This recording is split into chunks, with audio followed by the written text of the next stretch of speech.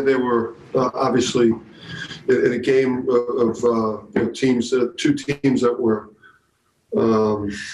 in desperate need of a win. They played better. They were tougher. They played better than us, coached better than us. Just a tough loss, obviously. Pretty demoralized group right now. And it doesn't get any easier in this new league. So we better get a lot tougher. And we better get back to playing much better defense, because with what we can do offensively, our margin for victory, our margin of error to win any game in this league moving forward is very, very narrow and very thin. And if we're not tough and defensive-minded with all of our offensive deficiencies, it's going to be tough sledding. Dan, you made 2 lineup changes in this game today. What was the mindset behind it? How do you evaluate how that worked out? Yeah, I mean, it's like when we were healthier, when we had one of the best players in the country, we were just getting just enough from the point guard position.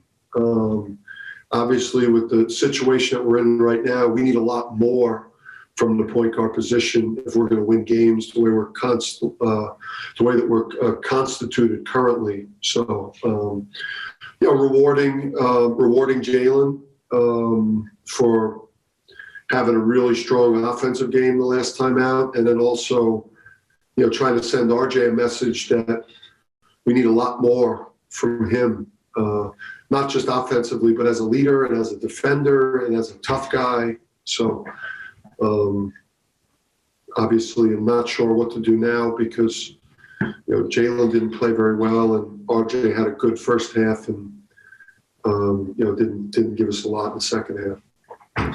With that in mind, how close was James Bouknight to playing in this game?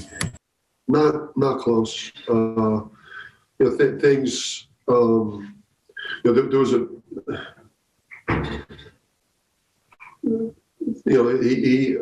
James and James met with his doctor and, I wouldn't, I guess we'll keep him at a game time decision. But he needs more time. You got some real good performance by your young guns, Sanogo and also Jackson. Talk about their play and especially the defensive job, Sanogo versus Watson. Yeah, I mean, listen, that's the only, right now, for us, just looking at the game, being able to get those guys just valuable minutes. I guess for the stretch run of the season and the long term, health of the program, what we're trying to do here, it's probably like the only good thing that came from today was getting 2 freshmen a ton of minutes. So, Gavin?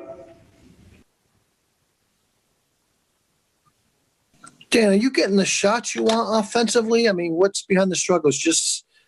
Obviously it looked like they lacked a little confidence. You talked about being demoralized a little bit from losing. Yeah, I mean, Gavin, you have access to, the statistics. I mean, you see the shooting numbers. We're there's not, there's not a lot of ways for us to go. I mean, I thought Tyler, got 7 or 8 great looks from 3. He made 1. We got in the paint and we were in position to potentially make plays and we either didn't finish or we couldn't deliver.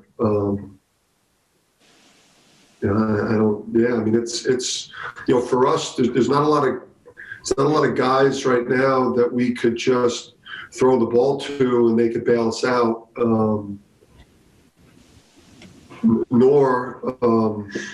It's just probably the most confidence that we have right now is probably throwing it into Adama, and Watson was a tough was a tough matchup for him. And our guards were brutal against three-quarter court pressure. So it was taking us, forever to get into something, which was really incredible. Thanks. Tom? Dan, can you address Sanogo's performance today? Obviously, he did a little bit of everything for you, a steal and the blocks, all those things. I mean, obviously, he's one guy who's given you, I imagine, just about everything you're looking for, maybe more. Yeah.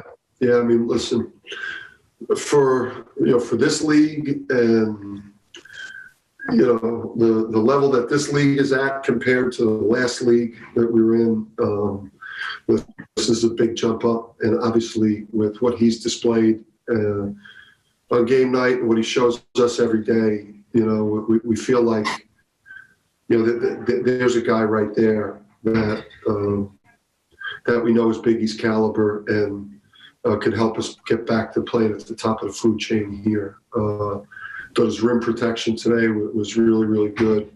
He got schooled a little bit by Watson, on some pre-catch post defense, but he's a special guy.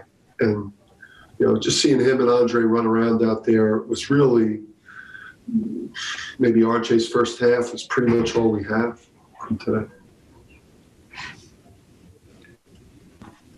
Any other questions, guys? Any other hands up? No? Yeah, me. Can I ask a question? Okay. Yeah, I don't see your hand, but go ahead. What's up? Dan, a lot of possessions in the second half went all the way down to the end of the shot clock. Is there a way of, even with what you have, to be more aggressive to the hoop to make something happen? Or were you satisfied that it went down that far and you're trying to win, 55-50? Or is there any kind of offensive answer off a flow standpoint to be more aggressive?